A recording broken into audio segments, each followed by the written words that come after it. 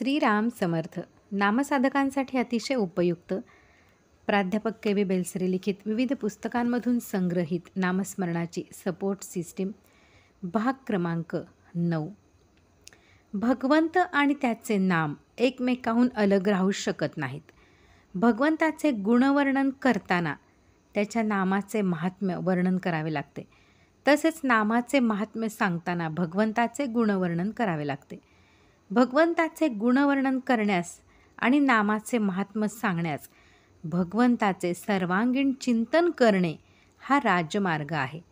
त्या चिंतनाने अंतःकरण निर्मल व पापशून्य होते, यात नवल नाही. पण ज्या देहात ते अंतःकरण वास करते तो देह देखील त्या अंतःकरणास शोभेल असा पवित्र बनून जातो.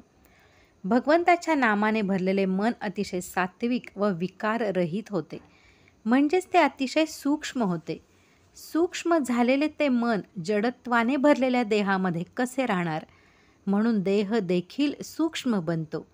याचा अर्थ असा की देहातील पंचमहाभूते शक्य तितक्या सूक्ष्मपणाने त्यात राहतात.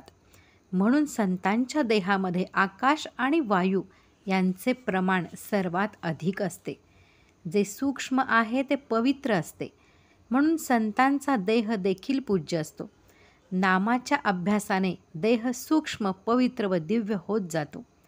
तो हलका व अतिशय संवेदनशील होतो. नामात रंगलेल्या माणसाच्या शरीरातील साऱ्या रक्तपेशी नामामध्ये मुरतात, म्हणून संतांच्या सबंध शरीरातून नाम ऐकू येते. नाम घेणाऱ्याचे अंतःकरण नामाने भरून जाणे त्यातले त्यात सोपे जाते. परंतु जडद्रव्याने भरलेले शरीर सूक्ष्म होऊन नामाने भरून जाण्यास अनेक वर्ष चिकाटीने अभ्यास करावा लागतो. नामाचे हे गूढ रहस्य सद्गुरूंकडूनच शिकावे लागते.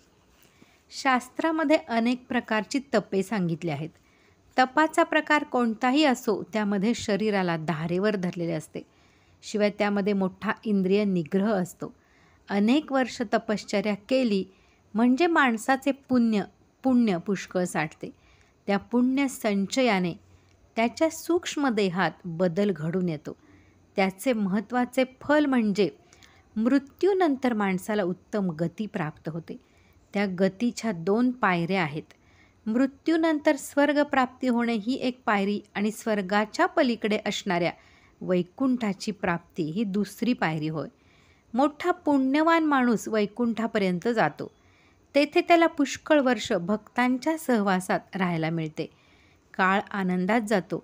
पण स्वर्ग काय आणि वैकुंठ काय हे दोन्ही लोक भगवंताच्या दर्शनाच्या म्हणजे आत्मसाक्षात्काराच्या खालीच आहेत.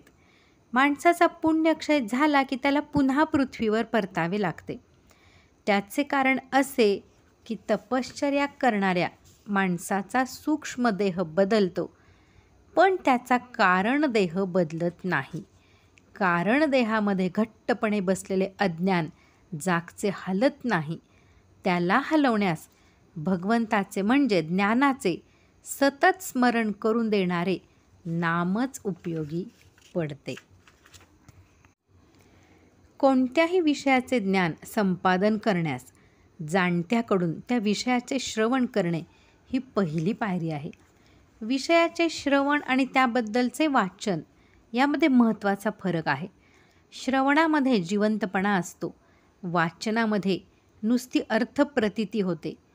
ज्या सूक्ष्म भूमिकेवरून ग्रंथ लिहिलेला असतो त्या भूमिकेपर्यंत पोचण्याची अर्थात मनाची शक्ती वाचकामध्ये असावी लागते, तरच ग्रंथ आपले अंतरंग प्रकट करतो. पण भगवंताच्या प्रेमाची गोडी चाखलेला वक्ता असेल तर त्याच्याकडून श्रवण अंतःकरण हलवून सोडते. म्हणून ज्या ग्रंथामध्ये भगवंताचे कुल, त्याचे बालपण, त्याच्या लीला वर्णन केले आहेत असा ग्रंथ भक्ताच्या तोंडून श्रवण करावा. तो मनापासून ऐकला की भगवंताचे दिव्यपण मनावर ठसते. त्याची सारखी आठवण होते. त्या आठवणीचे रूपांतर त्याचे नाम घेण्यात घडून येते.